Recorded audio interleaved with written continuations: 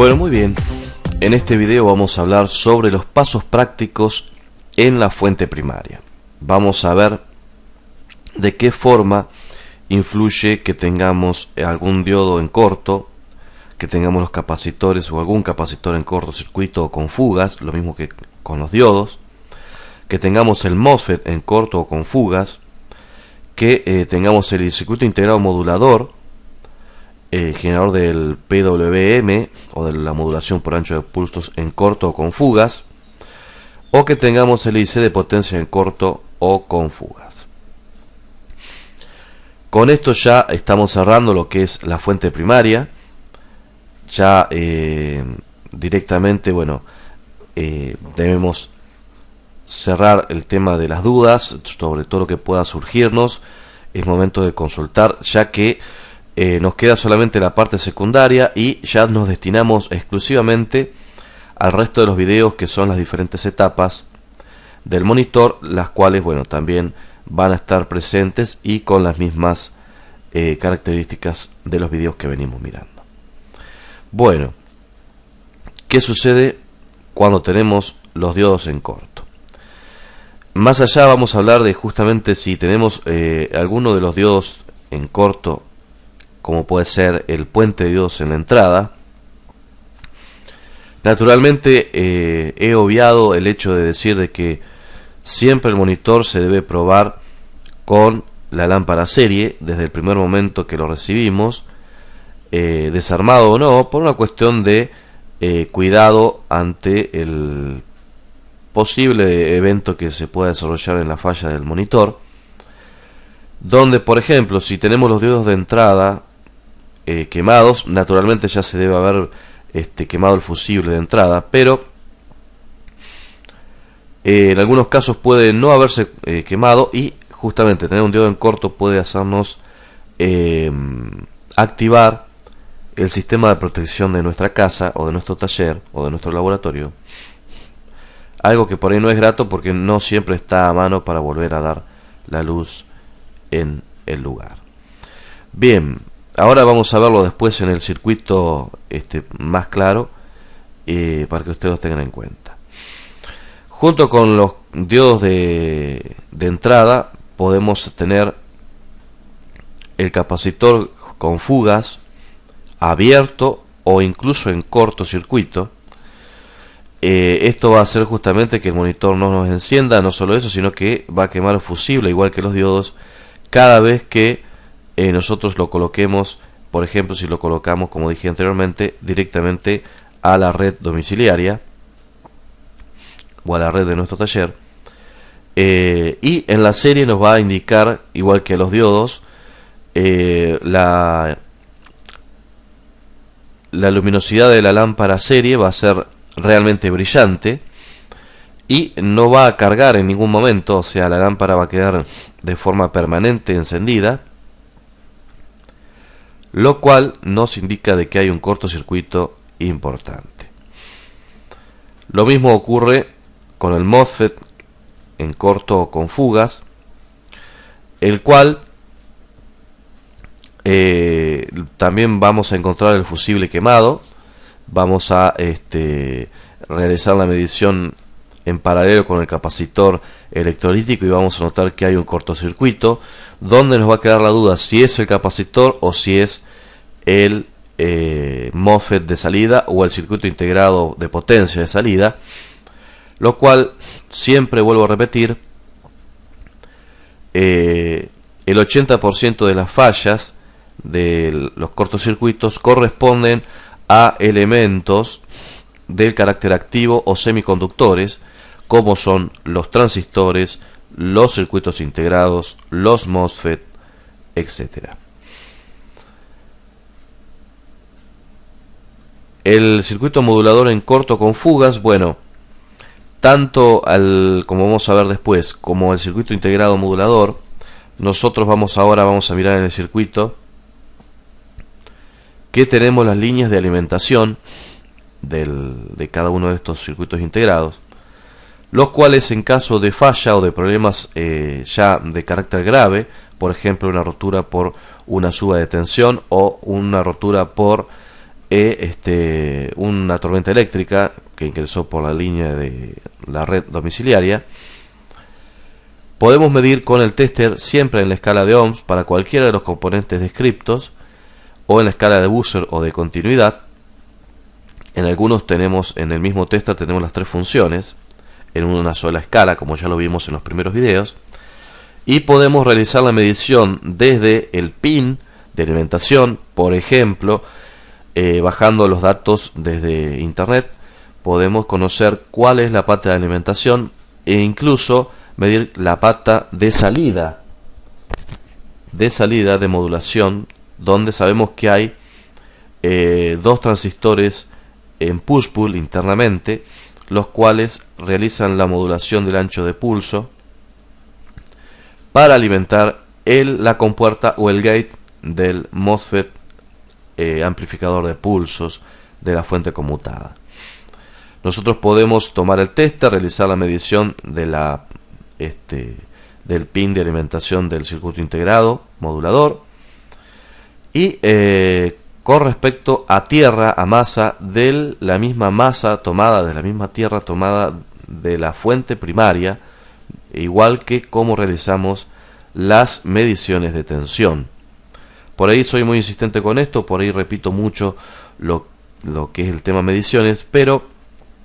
es con el afán de que no queden dudas de cómo se miden los componentes, que ya lo hicimos, pero ahora ya en función reparación, donde ustedes en este momento ya deberían estar con un monitor entre sus manos, empezando a hacer las mediciones y empezando a descubrir cuáles son los problemas que podemos ir teniendo, por ejemplo, en un monitor que no nos enciende. Fíjense que la mayoría de los monitores, puedo arriesgarme a decir hasta un 90%, suelen no encender, ya sea por una falla en otra etapa del monitor y la fuente se protege, o puede ser justamente en los diodos del secundario o capacitores del secundario, como también puede ser en la fuente primaria misma, la cual tiene un problema interno de cualquiera de los elementos que estamos hablando en este momento, y generar justamente la falla de que no encienda el monitor. Bien, lo mismo ocurre con el circuito integrado de potencia en corto con fugas. Más allá de que no dispongamos del diagrama electrónico, el diagrama eléctrico del monitor, que puede suceder, o por ahí por una cuestión de rapidez, podemos identificar el MOSFET, el circuito integrado modulador en corto, o el IC de potencia en corto o con fugas. Podemos descubrir internamente cómo funciona o qué características tienen, cuáles son sus patas de alimentación, bajando la hoja de datos desde internet, que puede ser www.aldatasheet.com, todo junto, aldatasheet.com, de donde pueden bajar justamente cualquiera de los elementos que puede contener el monitor, y dentro de estos parámetros conocer el interior del componente y saber cuáles son las patas de alimentación, cuáles son las patas de salida, los pines de salida hacia de señal, etcétera, etcétera. De esa forma podemos saber de que una pata de alimentación de un circuito integrado no va a medir como si fuera un alambre, o sea, como si tuviéramos un cortocircuito, lo cual eso nos va a dar el indicio de que justamente hay un problema de rotura interno, lo cual no nos queda más alternativas que cambiar el componente defectuoso o los componentes que puedan haber se roto a través de este componente defectuoso. Es muy común cuando el circuito integrado modulador por ancho de pulsos, en el caso del 3842, si encontramos este circuito integrado quemado, seguramente también el MOSFET está con fugas o está quemado, lo cual vamos a tener que cambiar los dos componentes de forma paralela para poder volver a hacer funcionar nuevamente la fuente de alimentación. Naturalmente hay que seguir el resto de las mediciones, por ejemplo, la resistencia de paso que se comunica con el source del MOSFET, suele también abrirse, lo cual implica también de que seguramente la resistencia de entrada al puente de diodos de la fuente de alimentación y el fusible puedan estar quemados. No son comunes estas roturas, pero suelen suceder cuando existe un consumo excesivo en el interior del monitor o ha ingresado una descarga eléctrica o una elevada tensión por vía a través de la red eléctrica de alimentación.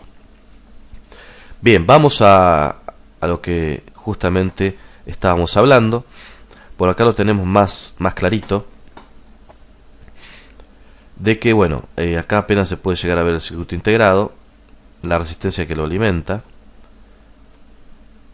Ya estuvimos hablando de los pasos prácticos para hacer las mediciones en el interior de la fuente, pero vuelvo a insistir de que justamente si cualquiera de los componentes, por más mínimos que sean, tienen algún inconveniente, por ejemplo, este diodo xenón que vemos aquí, se encuentra en cortocircuito, naturalmente la fuente no va a encender, y por más que levantemos el diodo del secundario, nos va a indicar de que si no las tensiones de alimentación secundaria no se normalizan, eso nos indica de que justamente seguimos teniendo un inconveniente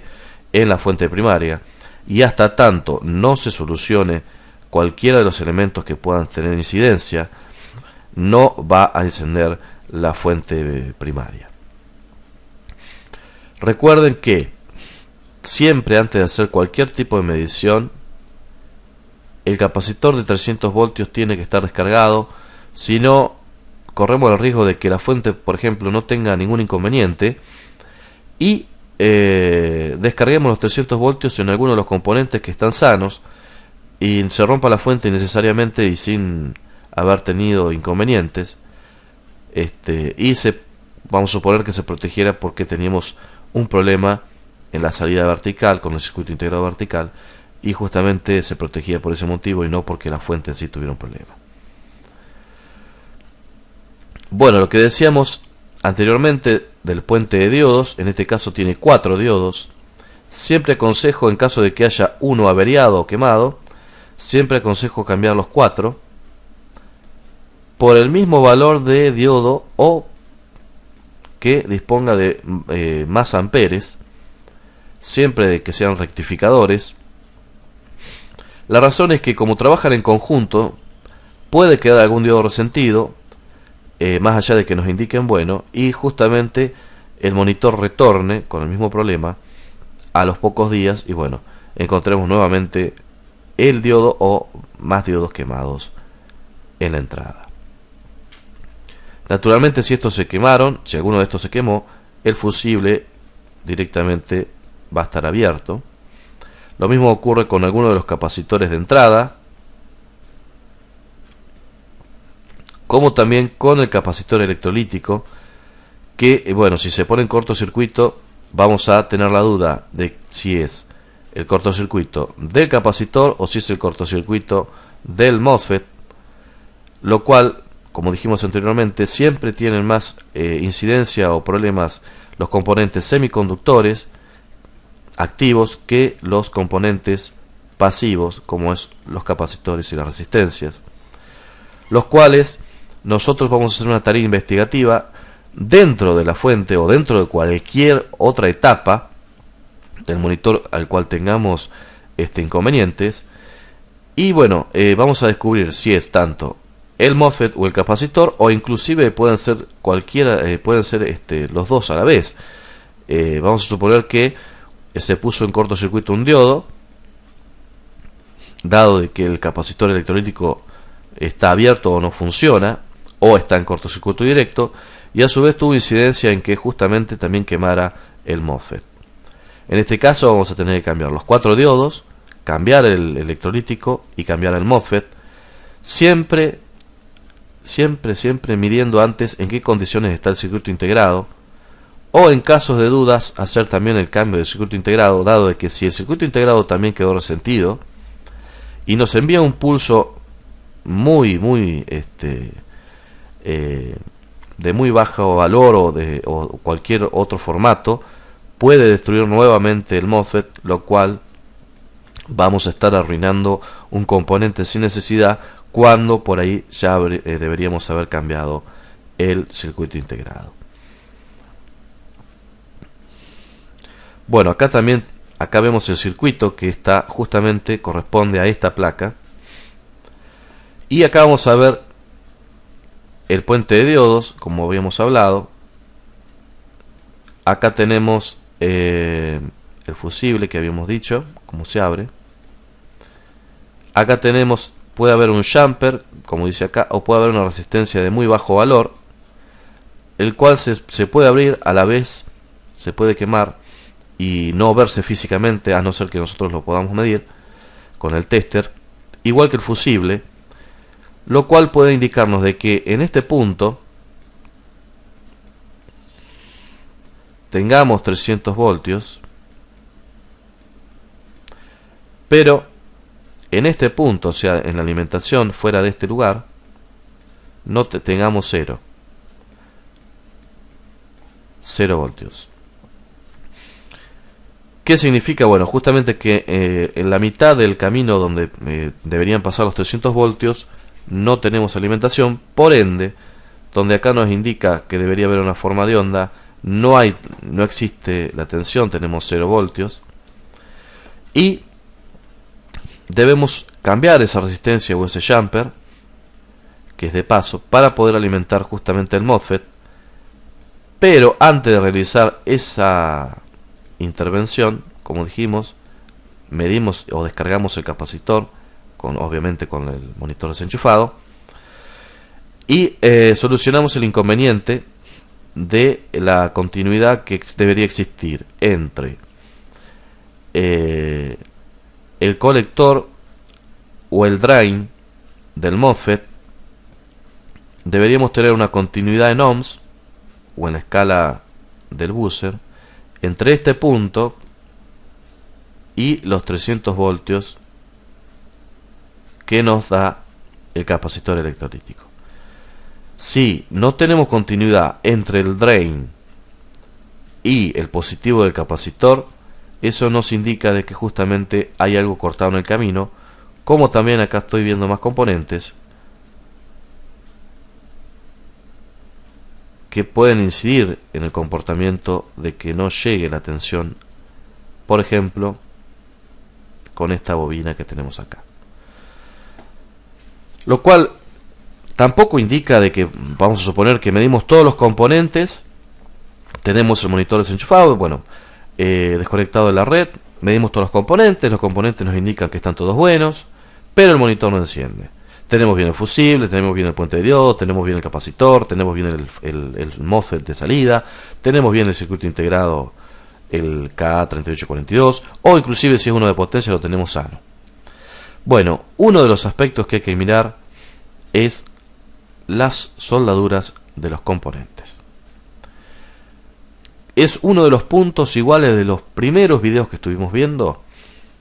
de agudizar la vista y ver si no tenemos servido en bandeja la falla, como por ejemplo podría ser un falso contacto en alguna de las patas del transformador switching, un falso contacto en alguno de estos componentes de paso, lo cual vamos a poder, en algún momento podemos hacer las mediciones de las tensiones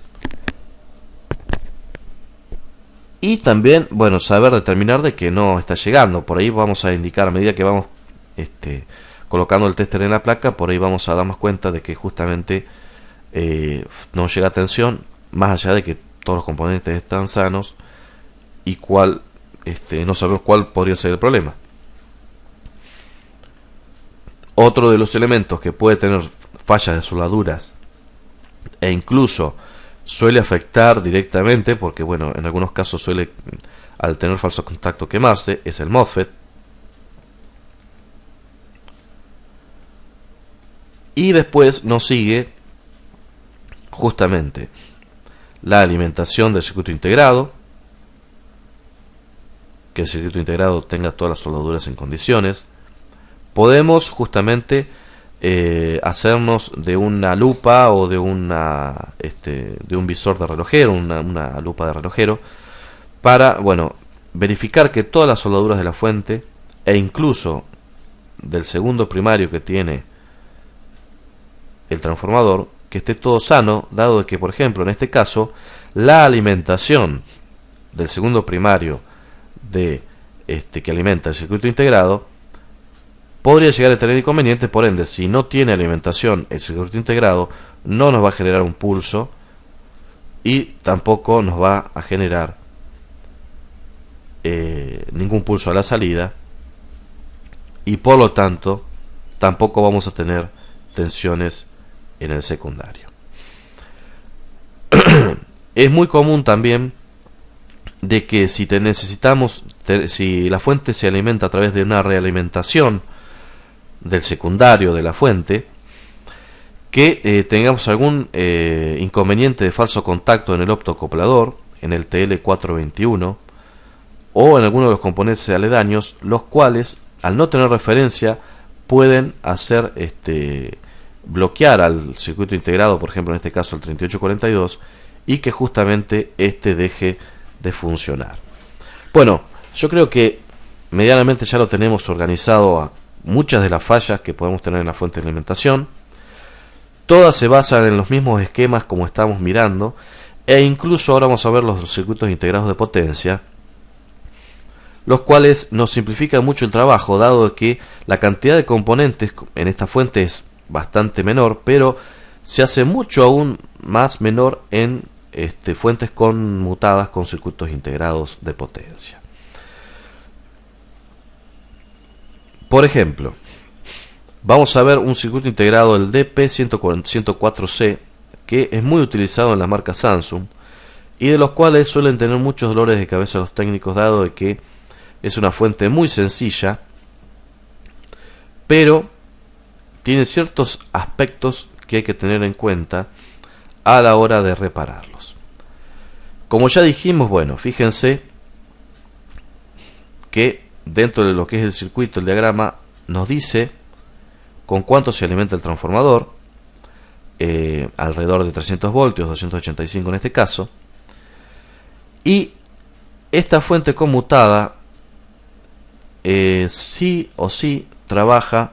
sin realimentación, lo cual tenemos pocas opciones para realizar mediciones. Sabemos de que una vez identificado el circuito integrado, sabemos que por la pata número 3 ingresa la alimentación, la cual es activada a través de la llave de encendido. Fíjense que acá directamente alimentamos el circuito integrado de potencia con la llave de encendido para que arranque, cosa de que en los otros monitores era totalmente diferente. La fuente ya siempre la teníamos encendida, y con el pulsador activando el microprocesador se realizaba todo el resto de las funciones de encendido del monitor. Y después, bueno, fíjense que todo lo que es el sistema de realimentación está conformado por estos componentes, los cuales, si alguno de estos suele tener algún problema, como por ejemplo es muy clásico el defecto del capacitor electrolítico 630, el cual suele secarse, no realiza la conveniente atención que deberíamos tener en este punto, y por ende bloquea o protege al circuito integrado, haciéndonos perder tiempo en que el monitor no nos encienda, de que levantemos el diodo de salida secundaria de tensión de más B y el mismo nos indique que la fuente está en condiciones, cuando en realidad tenemos un problema de que no soporta el consumo, dado que cuando queremos reconectar todas las etapas o la etapa horizontal, la fuente se muere, como indicándonos que hay un cortocircuito en la salida y por ende no nos enciende. Fíjense con qué solo componente nos hace bloquear la fuente, nos protege la fuente y justamente no nos permite que el monitor encienda, más allá de que se levanten los diodos de consumo del más B y tengamos las tensiones correctas. Por eso, en algunos casos, como la electrónica no es perfecta, más que nada en condiciones prácticas, podemos decir de que nuestra tarea de investigación es ardua en algunos casos, y fíjense que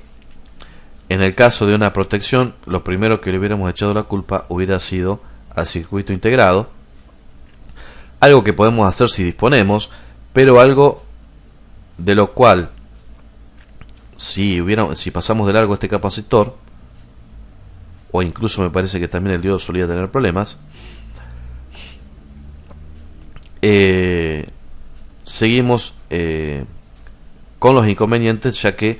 al cambiar el circuito integrado no solucionamos nada. Bueno, era un dato para que lo tengan en cuenta,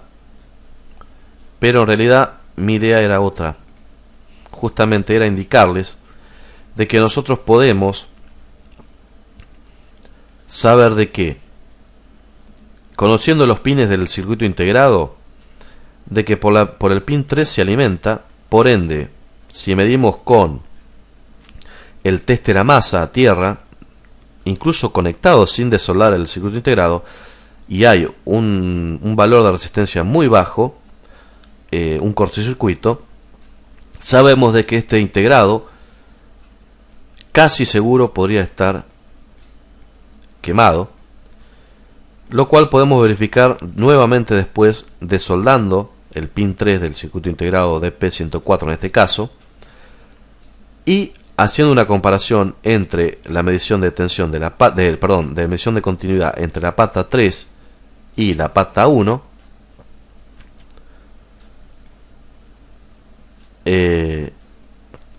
para ver si justamente no hay un cortocircuito entre la salida del pulso, porque ustedes acá van a poder ver que tiene la salida del pulso que alimenta el primario del transformador,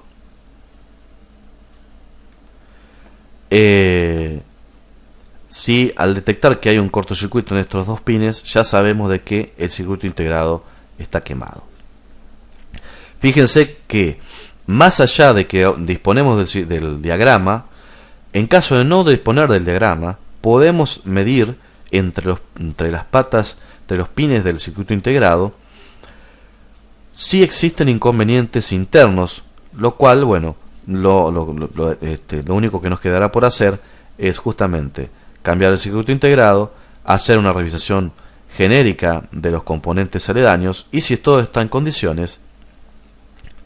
directamente podemos ya darle alimentación al monitor, y en el mejor de los casos que el monitor encienda. Si el monitor sigue sin encender y no tenemos alimentación en la pata número 3 midiendo la escala de tensión continua, ya deberemos, bueno, mirar un poco el diagrama y ver a través de quién se alimenta la pata número 3, que en este caso vemos que toma referencia de alimentación a través de dos resistencias de 180K, que en condiciones de haberse puesto en cortocircuito el circuito integrado, es muy probable que estas resistencias puedan abrirse, lo cual solo deberemos levantarlas y medirlas y ver su estado, si están abiertas o su valor está alterado. Un dato importante: en este tipo de monitores con circuito integrado es muy raro de que una vez desconectado, pasado unos 10 minutos después de desconectado el monitor, nos queden 300 voltios en el filtro. O sea, Nosotros desconectamos el monitor, nos ponemos a trabajar, pero la tensión de 300 voltios queda permanente. Cuando los 300 voltios quedan de forma permanente, eso es indicio de que hay un problema con la línea de referencia en prácticamente un 95% de los casos, y les voy a explicar por qué. Tanto en los circuitos con integrados moduladores por ancho de pulso como circuitos integrados de potencia, necesitan una tensión de referencia permanente hasta que se indique que encienda el monitor. Por ende,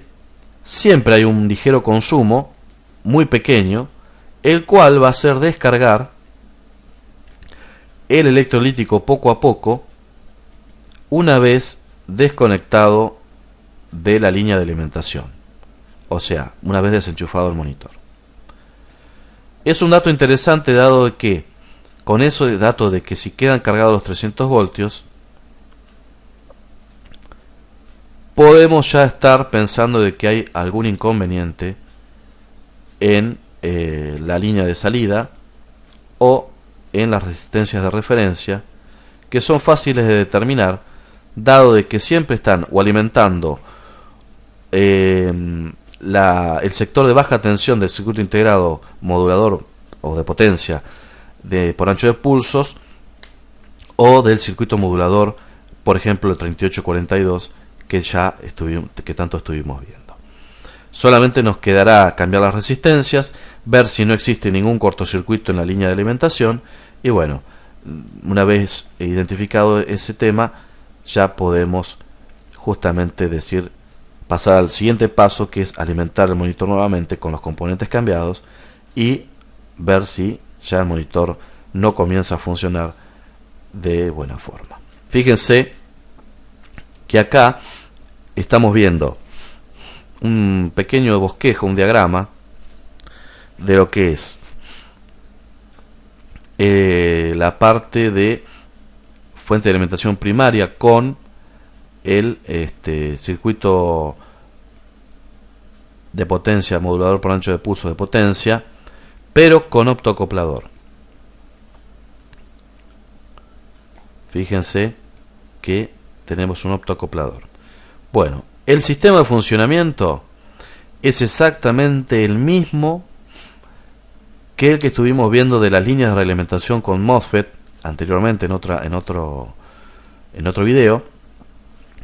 y justamente va a tomar la referencia o va a funcionar como sistema de protección, donde le va a indicar